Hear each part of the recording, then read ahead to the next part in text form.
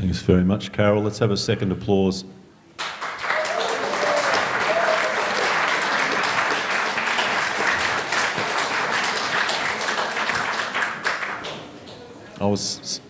Again, absolutely love that. I love the mention of the community itself being charismatic. When you first said it, you know, there was that beautiful, what does she mean by that? What does she mean? And then when you used the Bentley example, I went, that's when it becomes collectively charismatic. It's so beautiful.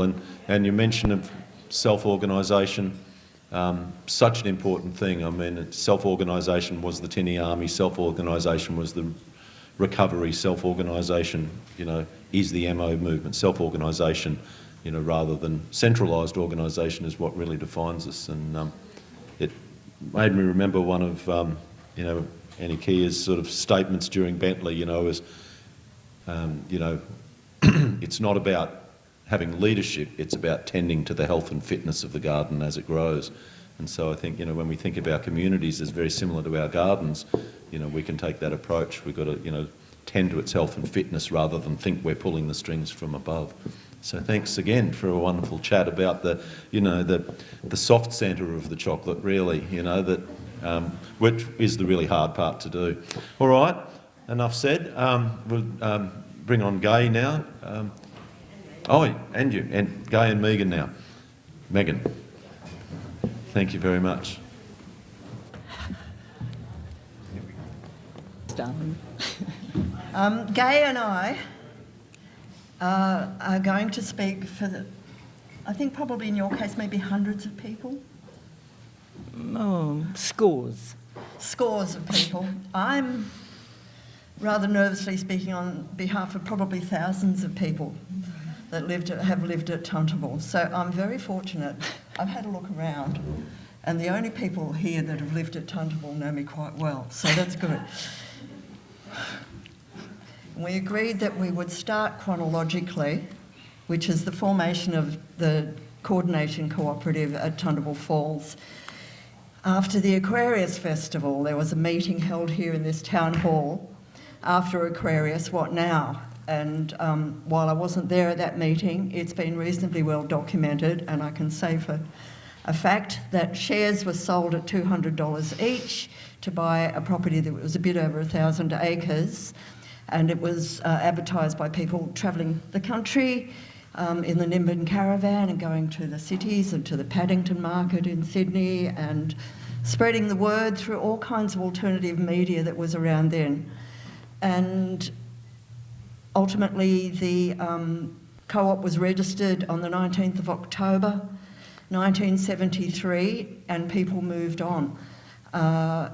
The land wasn't fully paid for, but it was over the next few years, and people have been living there ever since. It's quite interesting to me in that the numbers of people at Tuntable have stayed very much the same over the whole of the last 53 years, and that's about 200 to 250 people. The faces have changed, but the numbers seem to be what that piece of land can happily support. In that time, we have learnt a huge amount, and I'm just going to read, hopefully it will come up, from our objects, which is our intentions. I personally wish we'd put a couple of other intentions in, but it's got a nice ring to it. The objects of the cooperative shall be to coordinate a community of persons living and working cooperatively on common property in a total creation environment of discovering, learning and perfecting modes of living, works of art, forms of communication, methods of awareness and skills of cultivation, craft and construction, and sharing responsibility for the quality of all life, which is fairly grandiose. So most of us have done our best. But it's been very interesting for me as somebody who moved there. I've actually bought a share I went there first in 1974 and I bought a share in 1975, as many other people did at the time, just to secure the land and to support the project. But I didn't live there until 1978 because it was actually pretty rough. Not just the physical living, but the social living. It was a frontier sort of project, a pioneer mentality, which meant that there were a lot of people with funny names. There was Compost Dave, there was Dave Poisoner, there was French John, you know, Black so-and-so, whatever. It had all the elements, I believe, of early colonial Australia. And that came with a bit of violence and insecurity. People that were attracted by the charisma of the notion of all those things also came in that generation from orphanages, highly dysfunctional families, people really looking for a way out from their alienation. Alienation was a term that was coined and in use a lot more now than it is currently. But it certainly drove lots of people out to the hills of Tuntable to find a better way and a place where they could live and find a home and a family. So I think it's something that needs to be remembered, but over the time that we have been there, over the 53 years, the place has certainly mellowed into much more of what Aidan was calling basically rural suburbia. However, that means that we don't have the violence, the accidental deaths aren't as common, people are much more comfortably housed. We are an institution now, which has good and bad points to it. That I could go on forever, but I will say that in the 1970s we were young. Most of the population there was, under 30 and fairly energetic, and once we started breeding we got super energetic about making community, and my main contribution was with Caroline Lakuta and the assistance of Sonia Atkinson, to get the preschool started at Tuntable, and from that the primary school grew. And I personally believe that there was a lot of charisma in the parents working together there. And from those institutions we've also, and that I actually believe that the school and the primary school, the preschool and the primary school do have an ongoing charisma. We attract a lot of people in the area now. It's not just the people who live on Tuntable. And in 1979 we all got drawn into the Terrania protest just over the hill, and then in 1982 into the Mount Nardi protests, which led to a lot more inter-community connections. And I think I'll pass it over to Gai now to talk about Bodhi Farm and the differences and similarities we share. Thanks, Megan. And it's a slightly nervy opportunity to speak here, and I just really want to appreciate particularly Jenny and Paul and other people in the background for creating this, because I think it's an extraordinarily timely thing for us to reflect on what we've created over these years. I thought I might just read, I've been at Bodhi Farm since, well, when we built the meditation, came and assisted building the meditation centre on Damananda. So in many ways, a lot of what I've got to say really builds on the shoulders of what Carol has shared. But I thought I might just introduce it just with a succinct little piece I probably wrote 20, 30 years ago about living in community, and then lead into some other things on this. Our community of about 20 adults and 18 children began in 1977 in a response to having shared the building of a simple forest retreat and some shared history of living in a meditation centre in India. It has been an experiment in attempting to live out our values of voluntary simplicity, to foster a spirit of inquiry, to protect the forest, and to live lightly on the earth. For me, contributing to the evolution of our community has been a rich gift, a kind of epic poem, creating a rainforest garden, liberating rocks, discovering my essential landscape, a sanctuary in my busy world. It is a source of joy and nurturance, Being in the magic and silence of the forest allows a time to integrate the demands and intensities of communal life and my work in the broader community. One of the special aspects of our community life has been the recreation of a village culture where there is freedom and safety to our children to explore the natural world and develop trusting relationships with a range of supportive human beings. And whilst a lot of things have moved on since then, I think there's a real essence in certainly what keeps me here, and maybe it's a little like something Carol mentioned before, but I was lucky enough to be in what we kind of dismissively call the India Club, where a number of us were living in Dalhousie, which is one of the hill stations in India, after doing some retreats with Christopher Titmus, and we had a community there that was supporting retreats. And because I know a lot of people here have sat retreats with Christopher over the years, and he very much has valued this area, but he came from the forest tradition in Thailand, had some relationship with Australia, and many of us came back.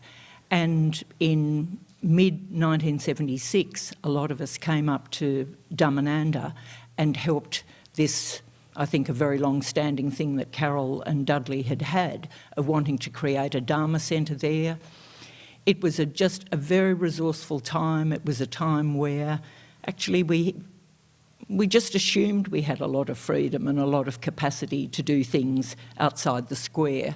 And at the end of that year, at the end of 76, Christopher really encouraged us to live in community, and he and Mac and Subana found some land literally down the road from the Forest Meditation Centre. And I guess I emphasise that because whilst, you know, there's lots of holes in all our cheese, you know, there's something about having that intention of what we were on about, and that idea that somehow if I have some problem with you, that I will take responsibility for my part of it. So, you know, that practice of self-inquiry, and we all know in ourselves or with other people that you can be a meditator for a long time and still be excellent at projecting your rage. But, you know, at least it's an invitation, and at least it's an encouragement for that.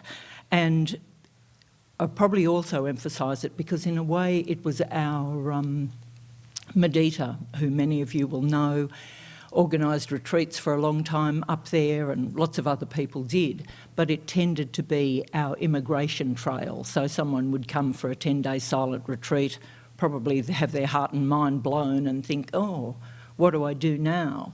And in fact, one very dear friend of mine she'd been married, but she was single and she was pregnant, came as a long-term visitor, someone who never had any intimate relationship with her, built a house for her, and, you know, like, in a way, who does that? You know, it was just a peculiar kind of time, and so much of our housing was being, you know, very few people, whether it was at the centre or Bodhi Farm, knew very much about building.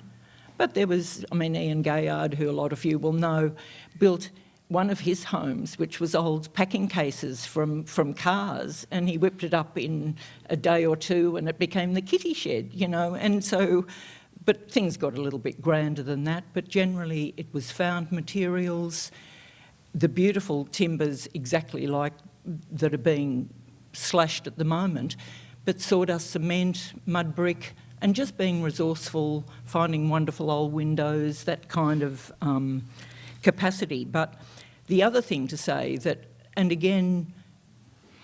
Gai, I just have to throw in there that you guys had the best, you still have the best builder in this whole area. No, As in Steve Stanford. Steve Stanford. Of course, you don't hear much of Steve these days. Well, you don't... He's the absolute supreme craftsman in this area. He made the front doors, both sets. Yeah. And he's still there. Well, thank you, because in fact Stephen is the unnamed builder of this house for my friend Julie, you know, so... and our extraordinary community building. And in terms of how times have changed, because I'm a bit of an archivist, I've got these extraordinary photos. Some of them are black and white photos. And Stephen, you know, who's very tall, I'm sure he's naked, perhaps he's got gumboots on, but milling timber for our community centre on a Harkin saw. You know, safety could have been a bit upped, but, you know, so, yeah, there's some wild times there. But I did also just want to acknowledge that we had an extraordinary number of children. And around the time of Terrania, when the bottom has fallen out of the dairy industry, so land was very cheap, when we came, and, you know, I was 24, fresh from India, we thought $1,000 was a lot of money.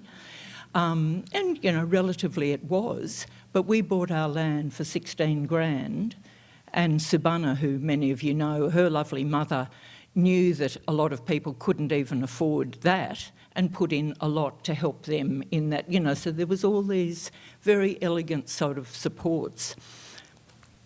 But while people were happy enough, maybe if there was trouble with the dairy industry, to sell land to, you know, clearly hippies, they didn't so much like the sorts of things that happened, particularly when Terrania was starting to happen.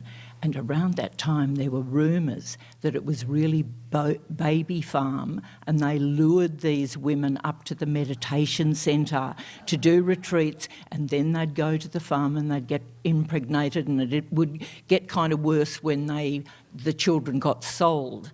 And, you know, probably without regard.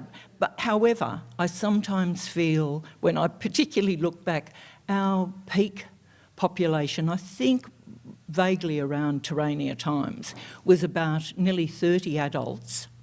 And actually it was kind of too many, I think, for that particular bit of land. But we had 12 children, 2 sets of twins within 6 weeks of each other. And when I look at our sort of vast, hairy, grinning faces, you know, like I just thought, yeah, you can have some compassion for the locals. They thought we were just plain weird.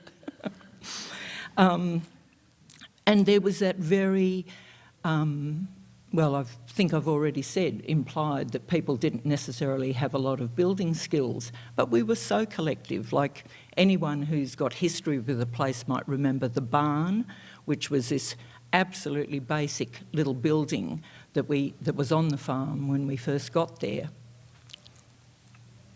And we would make a main meal every day, perhaps except Sundays, and people would literally work together. So some people had good working skills, but there would be just that division of labour that was, I mean, in some ways incredibly empowering, because it was like, you can't do that, you can learn.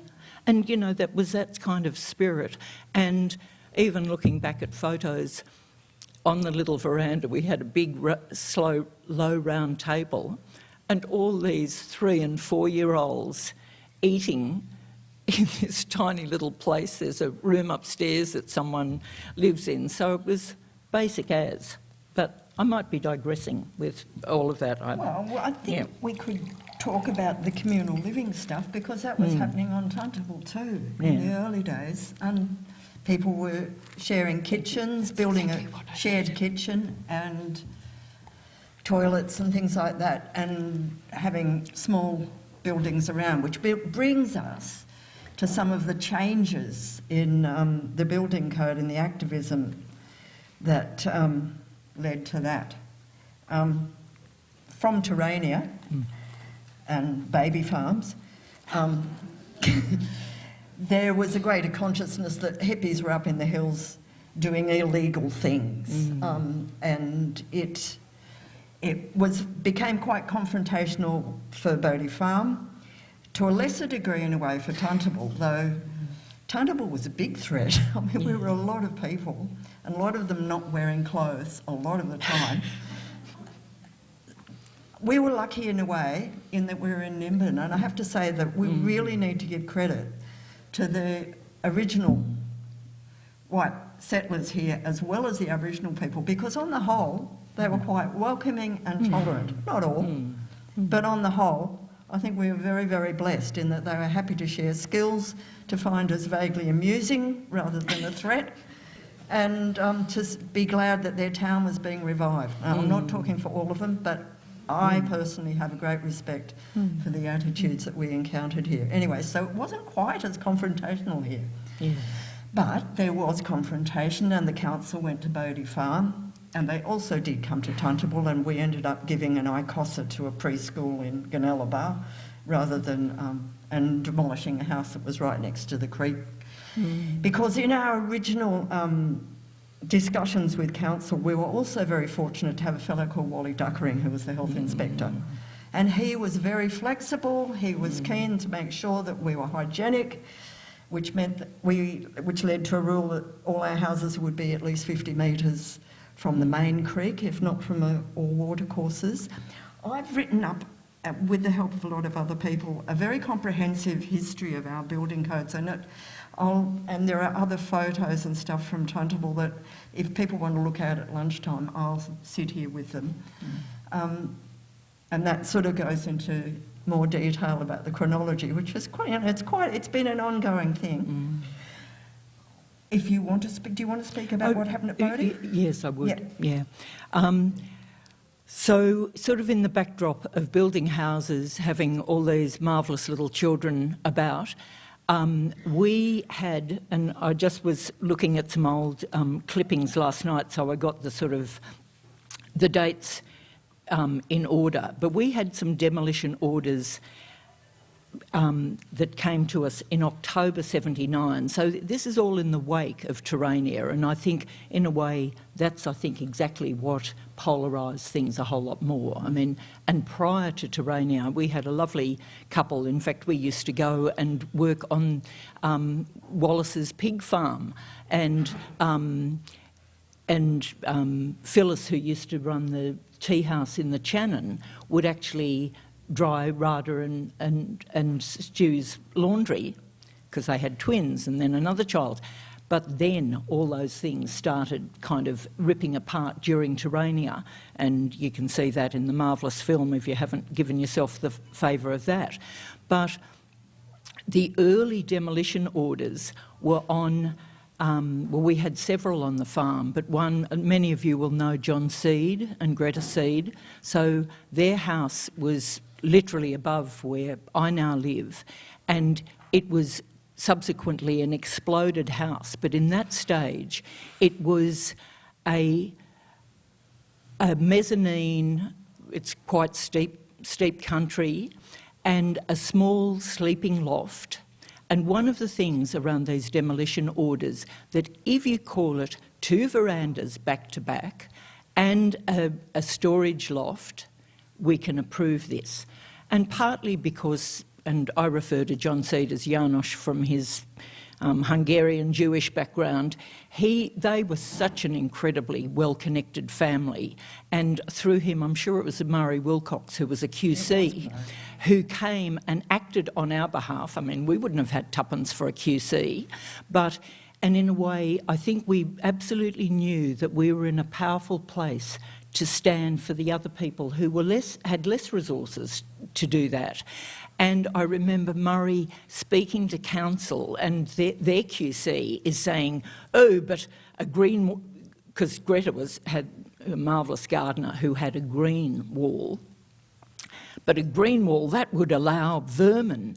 And him saying, really, Your Honour, some people's vermin is other people's wildlife. Yes, there might be snakes come through. Yes, in fact, we have goannas still kind of camping in the roofs, but it was just, in a way, that beautiful bit of speaking truth to power. You might want to call it a storage loft. We sleep with our precious son up in that little angled roof, and we're not stupid people. We're not going to take risks that put our child and our lives at danger. So, it was just a firm kind of like, hey, let's get a grip here about what matters.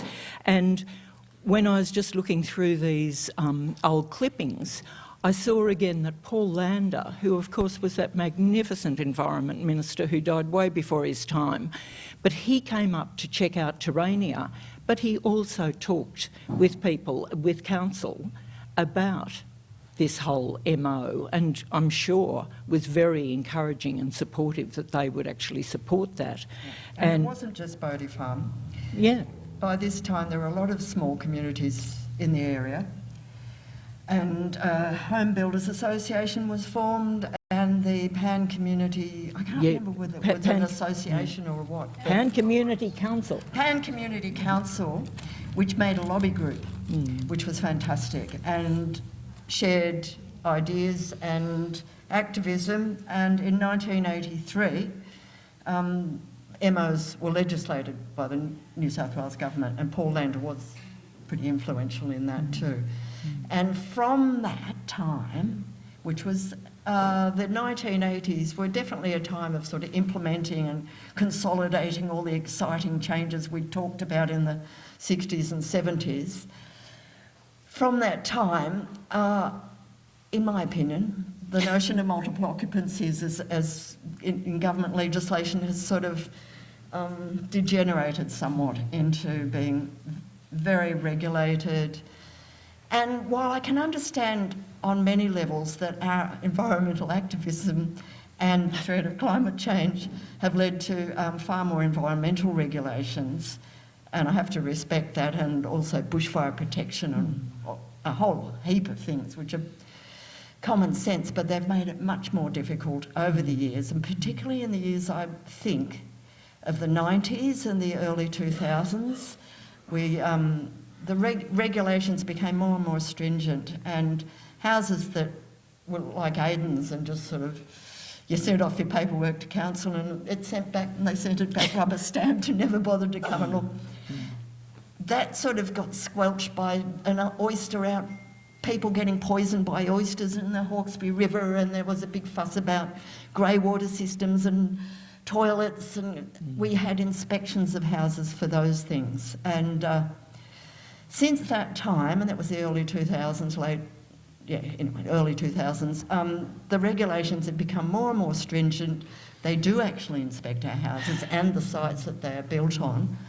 And I can see the sense in this too, because my house had a landslide either side of it 3 years ago, and I've finally gotten a decent geotech assessment which tells me what I strongly feel, that it's not really safe. I think it's probably good that we do have those inspections, but they cost money. They cost a lot of money, and the whole overseeing arch of government has become quite, not punitive, but definitely oppressive and difficult to work with. And for that reason, many of our younger people decided to build their house to regulation, but not to inform the council necessarily.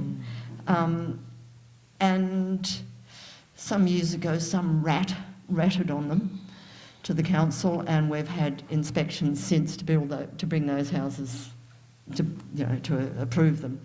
And fortunately, most of those houses were overbuilt rather than underbuilt, and are built to regulations. And we were very stringent on the co-op to make sure that people put the grey water plans and their toilet plans in, and that even if they built those first before they built their house.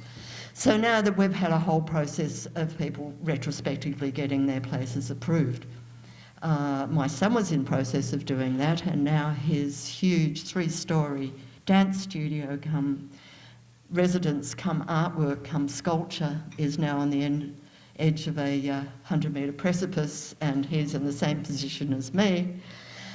So we have interesting decisions to make, and history goes on, and I may have to just take the government offer of demolition, though I have really resisted. I keep thinking they're going to bring a bulldozer in and just knock it down and chip it like the houses in Lisbon. They can't do that. I built my house myself, living in a tent with 2 little kids, and over the years with a lot of help.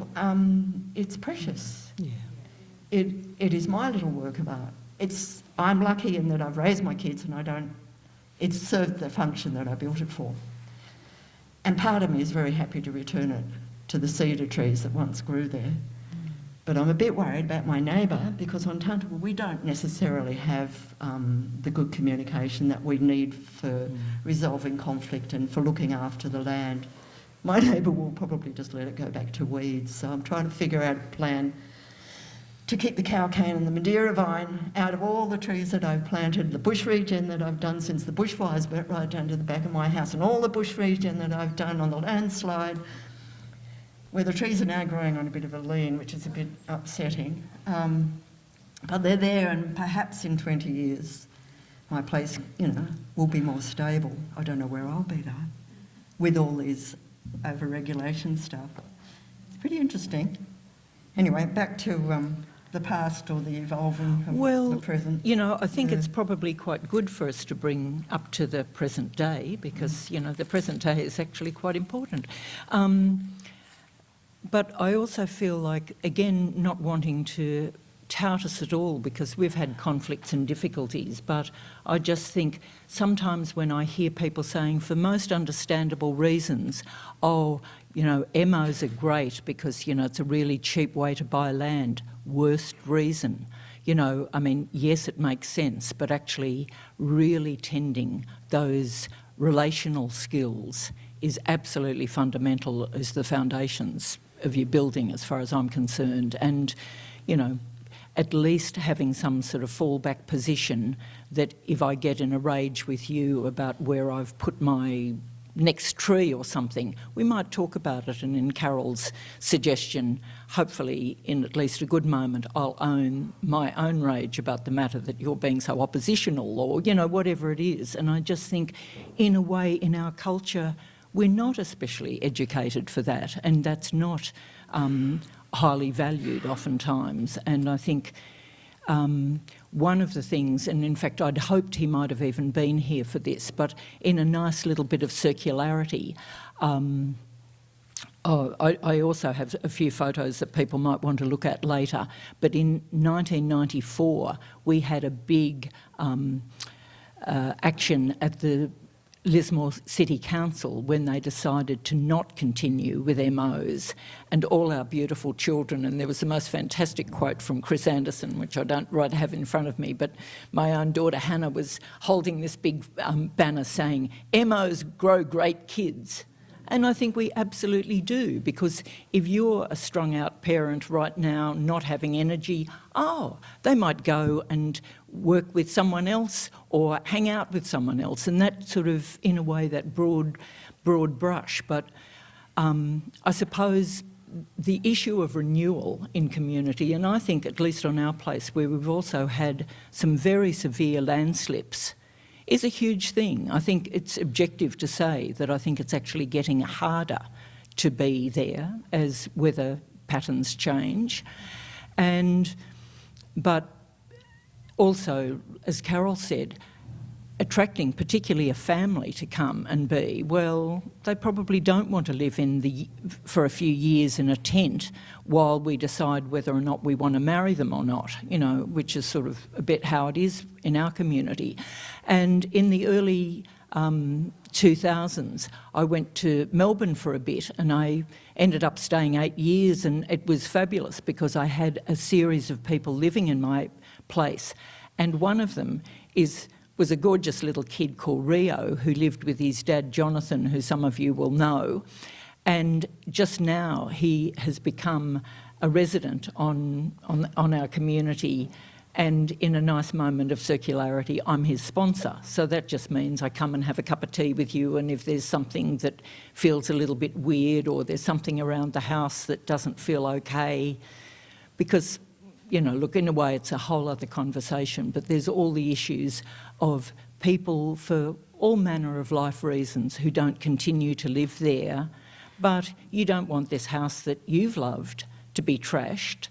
But then it's not your major residence, and so your life has moved on, and there's all those sort of awkwardnesses, and I think we're in a real transitional phase with all of that. But just to go back, and I don't think he'll mind me mentioning his name, but Rio, who's now on the farm, was exactly one of the people who's lived for a lot of the past year in Pine Street. And you know, in a way, all those sorts of issues are becoming so contemporary. And we've, you know, I suppose there's something of the commitment of making it an accessible and very affordable kind of life. So in a way, you spend your dues by physically working what you can, and if you're too busy studying, then maybe I pay you to do some brush cutting for me or whatever it is. So, you know, there's that kind of notion. We've got 10 minutes left. I'm wondering who wants to ask questions. If you could just put your hands up so that I know how many there are, so we can... So don't ask the questions, just put your hand up if you think you've got a question. So I've got some idea, okay. Well, there's only 2, that's 3, okay. We could probably do that. Do you have much more to say? No, just my poem. Okay, all right, well, I'll keep talking for a little bit and then we'll go to the questions, sure. okay? Yeah. The other thing I wanted to mention, which I think has really affected our community, apart from the lack of current, anyway, conflict resolution processes that are effective, is the increased regulation and administration load that's been brought on by computers in the last 25 years. That's been horrific, in my opinion. It takes more time, it costs more, it requires greater skills, it excludes people without those skills. It used to be that anybody could put their hand up to be a coordinator at Tuntable. Now you need at least good literacy and preferably computer skills, which makes it, you know, it becomes more exclusive to get on the board of directors. The other thing I wanted to say, what was it? Oh, that'll do. That do? Do you want to read the poem now or later? No, I want to read it now.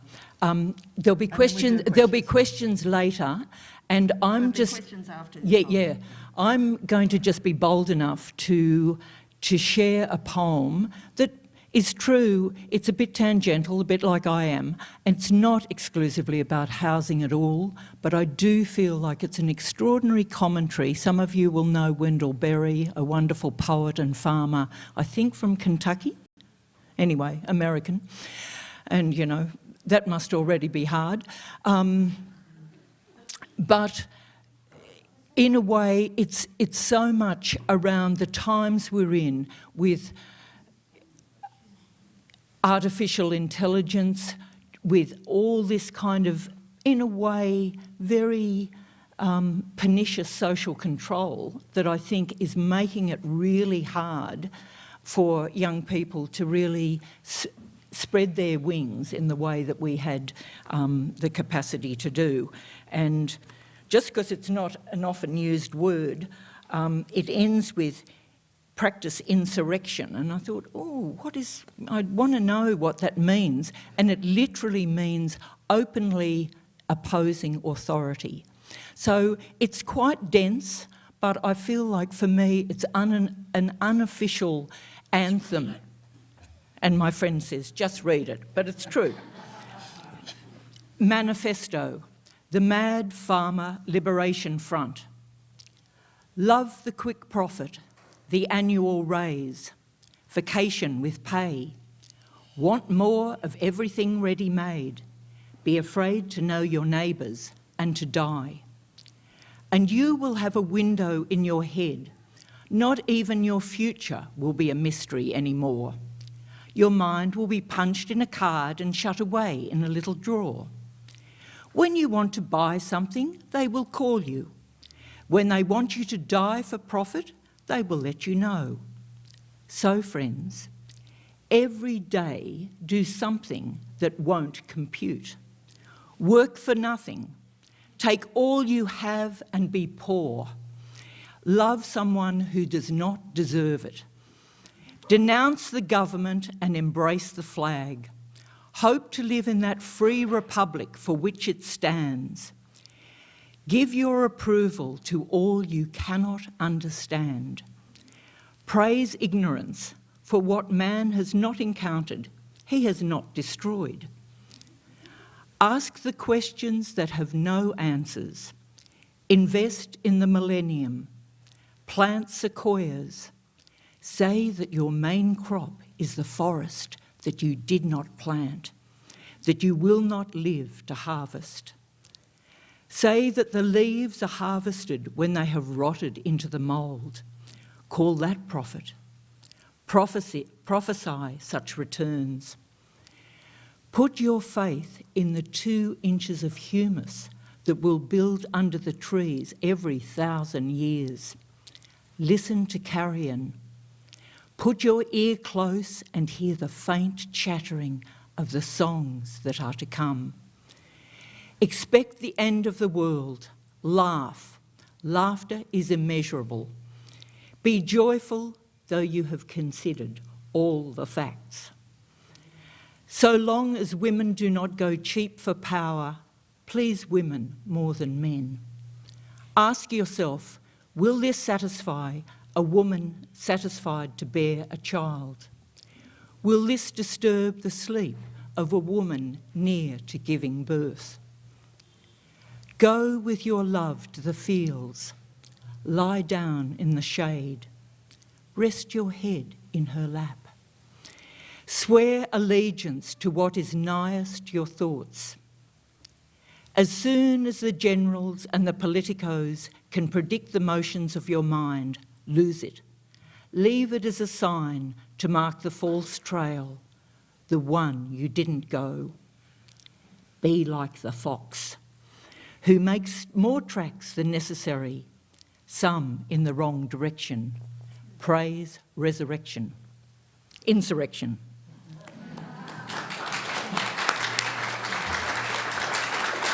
That's great, and it reminds me of Cory Booker's 25-hour filibuster, which he closed with a quote from somebody else, I can't remember their name, which was, "Make trouble, make good trouble."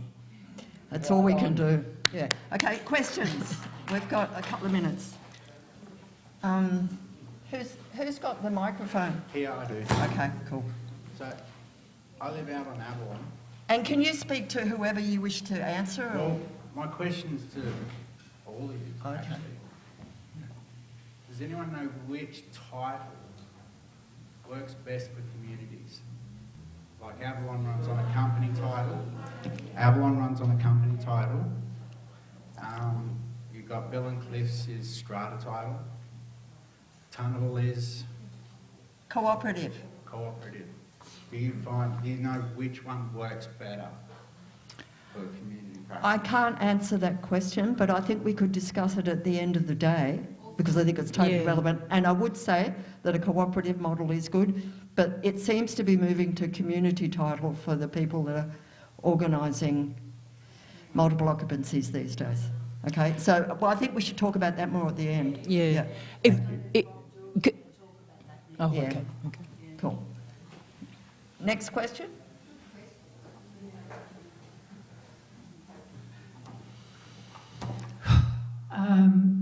To both of you, I think housing, of course, is crucial for every age group. But if you look at the demography these days and what they call peak deaths coming, can you talk more about places where people who age can die peacefully, live peacefully? And I think Carol mentioned something, and Tuntable has a great initiative. But maybe also Gai could say something about it. What are we going to do in our community about the older people going to places when they get very old? Shall I answer quickly? Yeah, sure. Well, at Tuntable, we've been totally bamboozled by bushfires, COVID, floods, and the fact that most people on the property now work off the property and require maintenance of their roads, which now takes 40% of our budget, which is insane, given that we originally started with a rule that you didn't drive on the property unless you had a load, and a load was building materials only. And we kept that up for quite a long time. But yeah, we have no plan. We talk about it, we have no plan. We could, if we had the finance. We've been really, really bamboozled by disasters, by climate change, by a changing demographic and a changing economy. Yeah. We have a house for people who are very, very ill. Yeah. That's all. Okay. We have facilities on Tuntable. We have a fire shed and very active fire group when needed. We have the hall, which I hope most people have had a look at. We have the healing centre as well as the schools. And we have a community centre, but we don't have a place for people to age in place happily and safely. And it's something that I've been aware of right from when I first moved there. We have no flat ground which is suitable for a village, a much more village thing. We have big, everybody wants to live in Turramurra, you know, with huge backyards and full of weeds. But anyway. Yeah. I will just briefly say our place, and in a way it was the idea with multiple occupancies that you don't take up prime land, prime agricultural land, but it's very steep. And in our place, a lot of people's experience is as they get older, they go away. And maybe because I'm a bit of a mountain goat, I'm hoping not to do that, but I'm on a steep space. I've got a very dear friend at Dumananda who's still in situ, mind you, it's flatter, but at 93, so she's my go-to girl. But, you know, I think in a way the topography and one's physical, you know, psychic makeup and physical makeup is probably going to call that a lot. But for me, one of the things that pulls me is to be in an intentional community rather than outsourced in a sort of isolated little box that, you know, is the destiny of some people. And I just find that a very sad, you know, reflection on our culture. So I think thinking about other options is very important. We've reached time. How many more questions are there? Okay. 1, 2, 3, you were the original questioners, so we'll start, if that's okay. Yeah.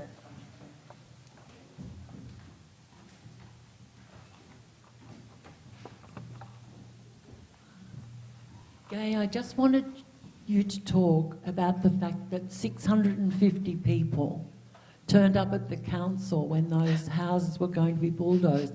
I think it's really important to know that, because now, when we're facing the same thing happening again, with 62 houses on the list to be bulldozed right now, 52 probably have been, that we take heart from what happened with that, because it did end up with Hawke, even as Prime Minister, saying, we want to understand and help these people. It had that effect. Could you just talk about that a bit? Yeah.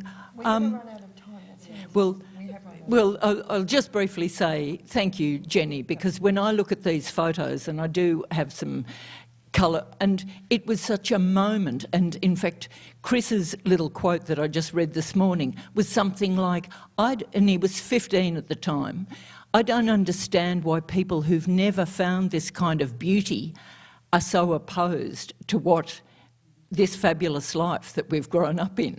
And, you know, in a way, the children themselves were such apostles for this kind of life that they had. So maybe I'll just leave the images for people because I'm the time. yeah, I've got my timekeeper friend and yeah. Satwa? Satwa? Yep.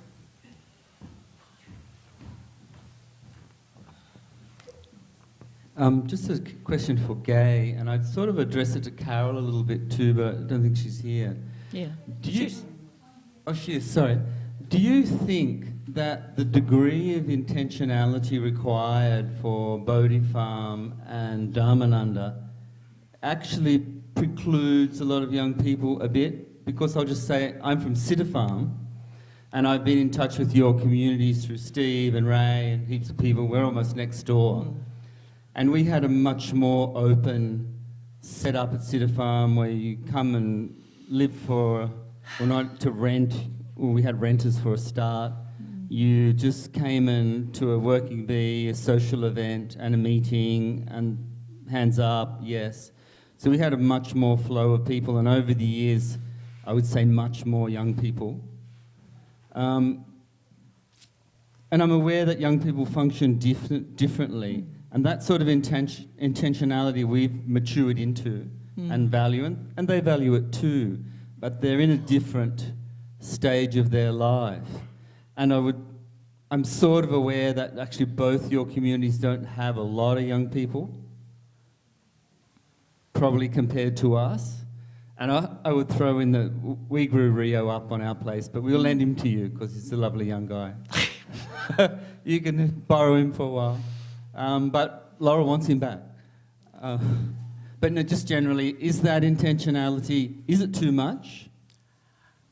Well, it's certainly something that we have conversations about. I mean, one of our beautiful young men I know rented a house at your place for quite a while. And, you know, we've certainly said this, you know, we have a Saturday work day just like they do at Damananda on different things. And certainly people have said, oh, and, you know, we've got a fabulous young woman who's lived there for a while. She does a lot of shift work. She's often not around on those times.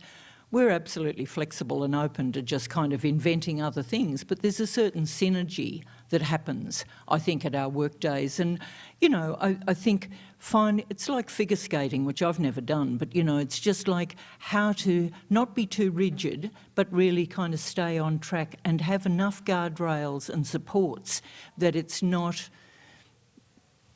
You know, I mean, we have no smoking dope at the community centre. I mean, it's not part of our culture particularly anyway, but it's just those sort of things that set a kind of a flavour for, you know, for something. And it's just like, well, actually social control is not a grand thing, but how do we move that locus of control, like in a way that's something of the sponsorship relationship, you know, that you kind of see... Are issues broadly aligned? You know, are there things that you might want to be different? And hopefully, as we age and inevitably sometimes get a bit more rigid, that we can be flexible with our minds. Yeah. There was a question over here from Ian. The question is, we acknowledge country. The council acknowledges two kinds of land ownership. One is our multiple occupancy, we call it, where the country owns us. We only own a shack or a building. But the banks, the council, the neoliberals, the paradigm, the question is, who owns what? And is it for profit or is it for the earth? I will say... There is one standard thing that we have that I really value, that this place is not for profiting. And, you know, yeah. So And I'm with Gai on that too, and so's Tuntable. Yeah. Let's go. Leave the question floating. Thank you.